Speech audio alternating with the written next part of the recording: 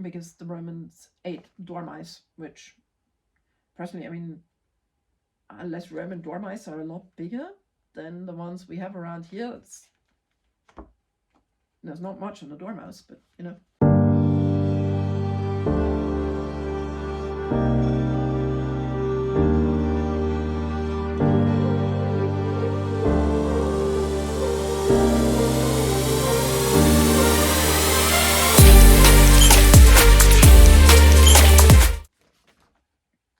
Hi, my name is Ricarda, aka the Point 3 is your bookworm, and today I have two books from a series written by and illustrated by Marcia Williams. I bought them both second-hand, and there's her book on the Vikings and her book on the Romans.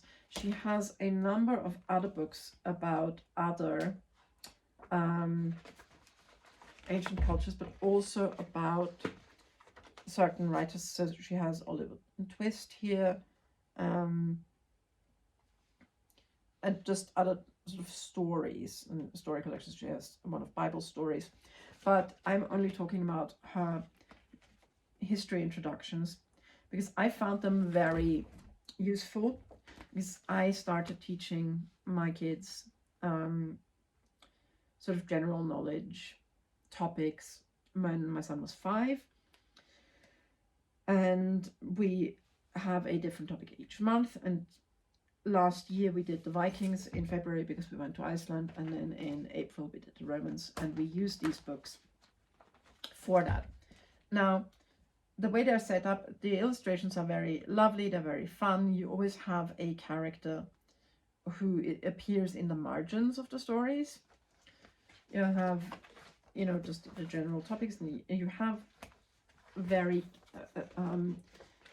there is not a lot of text. I mean, it is kind of hard for a child to read, so it's better to read it to a child, but then just sort of allow them to point at whatever speech bubble they want to do. And you always have little bits of text around the side.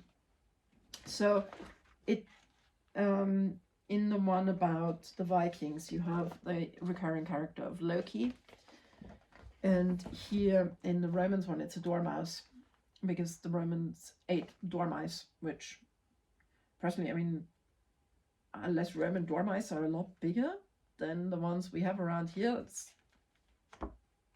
there's not much on the dormouse, but apparently it was a favorite snack of the Romans. And you have the introduction to the very basic things. So you have the story of Romulus and Remus, you have introduction to the gods, what did children do in Rome, what was the family life like for rich people and poor people. You have here Julius Caesar, Roman Empire. You have just a general introduction. It's not chronological, and while it is sort of by topic, it's not that strict. So you can, to my mind, perfectly well allow a child to say, okay, I'm just going to open one page and we're going to read what's on it. Because you have just a text here at the bottom, and then you tend to have sort of speech bubbles and little things, a lot of images, and usually some writing around the side that gives you little facts.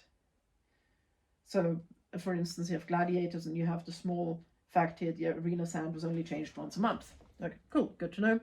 And then at the same time, you have a dormouse here hanging on, shouting help, because, presumably because they're next to a lion, I guess. The Great Roman Army. And this is cute. Pigs were covered in resin and set on fire. The squealing terrified enemy elephants. And then it says, oink, I'm on fire. And I mean, this is, it's a small fact. You can read it here. It's nicely visualized. It's, it's a small snippet of information that is the kind of thing that tends to stay with people.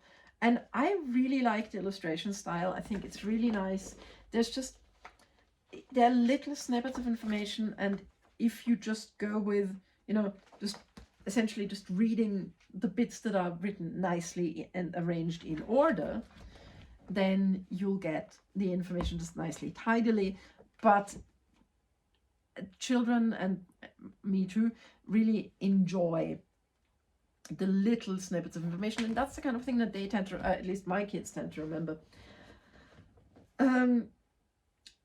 As I said, I only have these two, and I would really dearly love to get some more. However, unfortunately, she doesn't seem to have many of anything else that I need, that I'm currently doing with my kids. And I would be interested if anyone has read any of the ones that she does on, like I said, here's the Canterbury Tales or the Iliad and Odyssey, if those are straight up retellings, or if they still, like these ones, have the fun bits of information, maybe about how the book was written or whatever. I have not been able to find these except on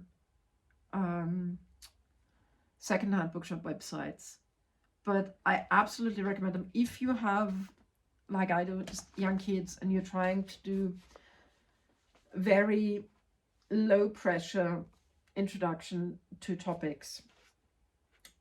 Then it's just really nice to have this, because I always do a pin board where we have just images representing the things we are supposed to remember, and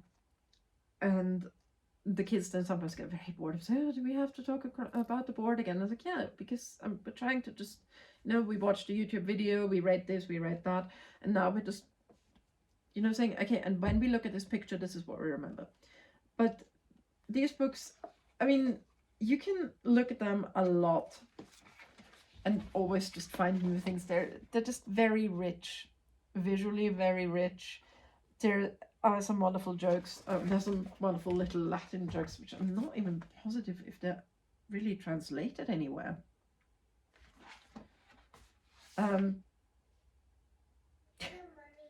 But they are marvelous books. I do love them, and I very much recommend them when you have kids over the age of 4. I think they are fine. Please like and subscribe, and I'll see you again very soon. Bye.